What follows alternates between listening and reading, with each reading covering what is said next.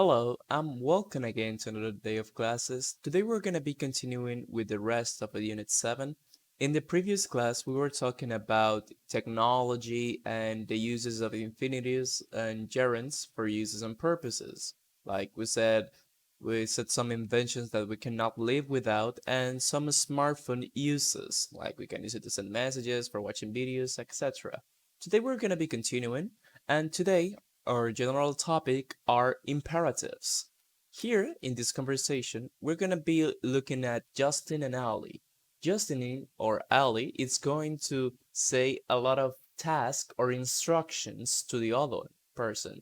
So this is why, and this is what imperatives are used for. So let's start by paying attention to how the conversation goes, and then also, listen to the second part of the conversation and answer the question, what else does Justin want help with? And what does Ali suggest? Okay, so let's listen to both parts. Page 47. Exercise 7. Conversation. What do I do now? Part A. Listen and practice. I can't believe my phone's frozen again. How long have you had it? About a year? It's not that old. Maybe someone hacked it. Really? You think so? No, I'm just kidding. It's probably just a virus. Oh. So what do I do now? First, you'd better install a good antivirus app. And be sure to update it. Okay, I'll download one now. What else should I do? Well, don't forget to reset all your passwords. That's a good idea. I never remember to change my passwords. One more thing. Try not to use public Wi-Fi networks. You're right. I have to learn to be more careful.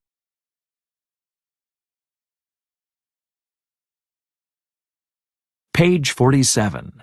Exercise 7. Part B. Listen to the rest of the conversation. What else does Justin want help with? What does Ali suggest? You know so much about technology. Can you help me with something else? Sure. What do you need? I'm thinking about getting a new tablet computer. Which do you think I should get? I don't know. That depends on what you want it for. I need it for work. You know, emails, video calls with clients, and I also want to use it to read ebooks when I travel. Hey, why don't we go to a store on Saturday and we can compare a few different options? Yeah, thanks. I'll buy you lunch afterwards. It's a deal. Okay, very good. Did you get the answer for these two questions? Let's see. What else does Justin want help with? What does Ali suggest? Well, Justin needs help buying a new tablet computer, and Ali suggests they go to a store together. If you got those answers, you are correct. Okay, can you identify some imperatives in this sentence? If you say that don't forget to reset all your passwords and try not to use public Wi-Fi networks are the imperatives, you are correct. They are the imperatives. But what are imperatives? We're gonna see them in just a second, okay? So imperatives are types of commands or sentences that we use to give orders, give instructions, offer something, or make a request. And the most distinguishable thing about imperatives from other types of grammar in English is that with imperatives, all of the sentences start with a verb. For example, we can use it to give orders, so you can say, hey, write your name. Write your name. We start with the verb write. You can use it to give instructions. Take a deep breath, like, what was the name? Holy. Ali was telling to Justin about a second ago. She was giving some instructions. That's why when we see here, she says, don't forget to reset all your passwords, or try not to use public Wi-Fi networks. Those are suggestions, okay? Or instructions. Offer something, you can use it to offer something like, hey, have some tea. Or make request, be quiet, please. In all of these sentences, we start with a verb. Here is the verb write, here is the verb take, here is the verb have, and here is the verb be. Okay, very good. So we were saying that we use it to give orders, give instructions, offer something, or make request. But how do you use it? Or how are we supposed to use it in this, in this topic for today, in this type of grammar? Here we have imperatives and infinitives for giving suggestions. We're going to talk today about how to use it for giving suggestions specifically. Well, as all imperatives, we need to start the sentence by using a verb. Be, make, remember, forget, or don't forget, and try. Okay? And something that we can say or use is an infinitive right next to the verb to give a suggestions for a suggestion for a help for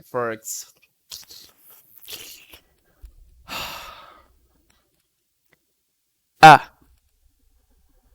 And something that we can use is that we can use the imperatives with infinitives for giving suggestions.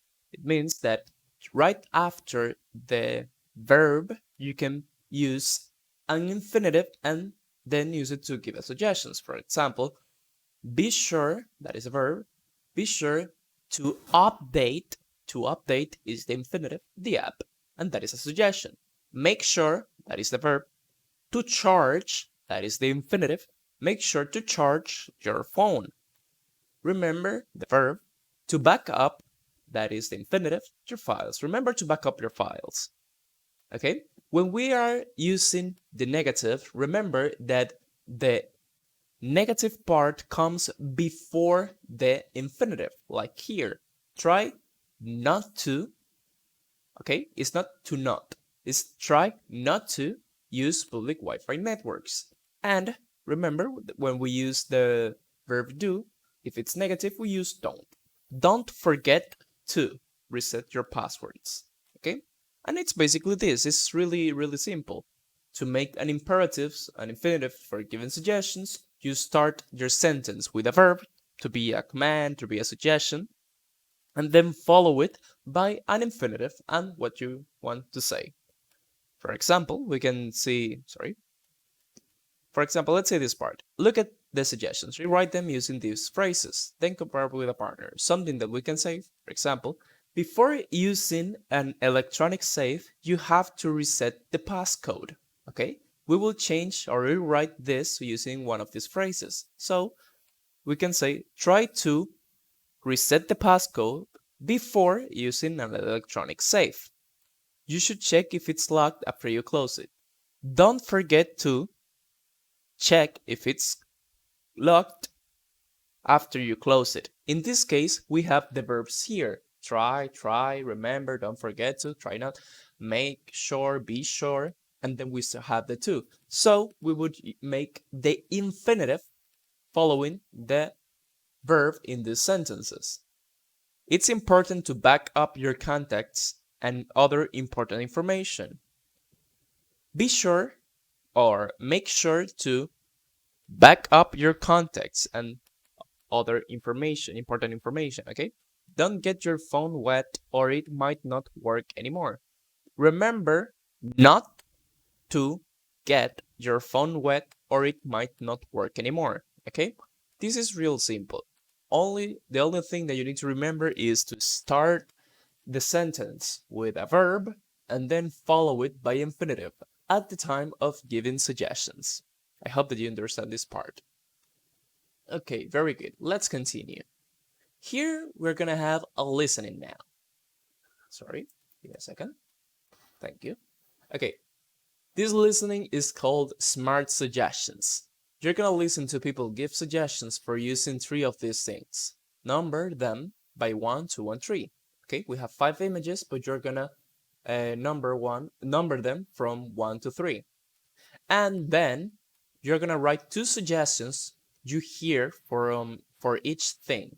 Okay, so take your time to listen as much times as you need. You write the numbers of each one of them, and then you're gonna write 2 suggestions for each one of the things, okay? So let's listen. Page 48. Exercise 9. Listening. Smart suggestions. Part A. Listen to people give suggestions for using 3 of these things. Number them 1, 2, and 3. There are 2 extra things. 1. Be sure to back up your photos at least once a month. You're going to take lots, and it's important to have them in another place in case you lose it. And remember to put your favorite apps on the home screen. That will save you a lot of time. 2. Type in where you are now. Then type in where you want to go. Make sure to get the exact address. Then just listen to the directions. Be sure to watch the road. You don't want to have an accident. 3. Be sure to put it in correctly. Then punch in your secret code. Remember to press Enter. And don't forget to count your money before you walk away from the machine. Okay, very good. I hope that you got the answers. If not, you can go back and listen again. So let's check what are the numbers for the 3 of them. Well, number 1 is the smartphone, this one. Number 2 is the GPS system, this one. And the third is the ATM card, this one. Did you get the suggestions for the GPS system, the smartphone, and the ATM card? Let's check. Number 1, with the smartphone, be sure to back up your photos at least once a month. Remember to put your favorite apps on the home screen. Very good. Number 2, with the GPS system, make sure to get the exact address. Be sure to watch the road. Very good. And the number 3, the ATM card, be sure to put it in correctly. Remember to press Enter. Don't forget to count your money before you walk away from the machine. Okay, those are really good suggestions, and I hope that you follow them. Okay, for the last thing for today, we're gonna be having a reading. This reading is called The Sharing Economy. Good for everybody? Interesting. It might remind you of Uber or InDriver or things like that. So let's read this. Take your moment to read this part. And now you can stop the video and read this part. And after reading this, let's answer these 2 parts.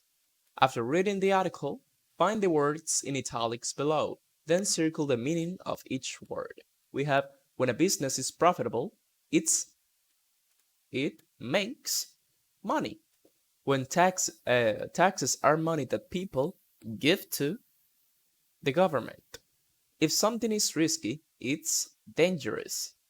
Regulations are rules that control how we do things. When someone is fair, everybody has equal opportunities. If you have those answers, very good. Now, take your time to answer to these questions after reading the text, actually. How much is the sharing economy worth nowadays? It's worth 20 billion a year. That's a lot of money. What is the advantage of staying in a private house instead of a hotel? You pay less. Why is car sharing less damaging to the environment? Because there are fewer cars on the road. What is better for the environment than car sharing? When people use public transportation. How can buying food from non-professionals be risky? They don't have to follow safety regulations, and that is really true. You can get really sick by not doing it. Okay, I hope that you liked the class for today. This has been everything, and on the next class we're gonna be starting the Unit 8. I hope that you look forward to it. It was a pleasure. So see you on the next time. Bye.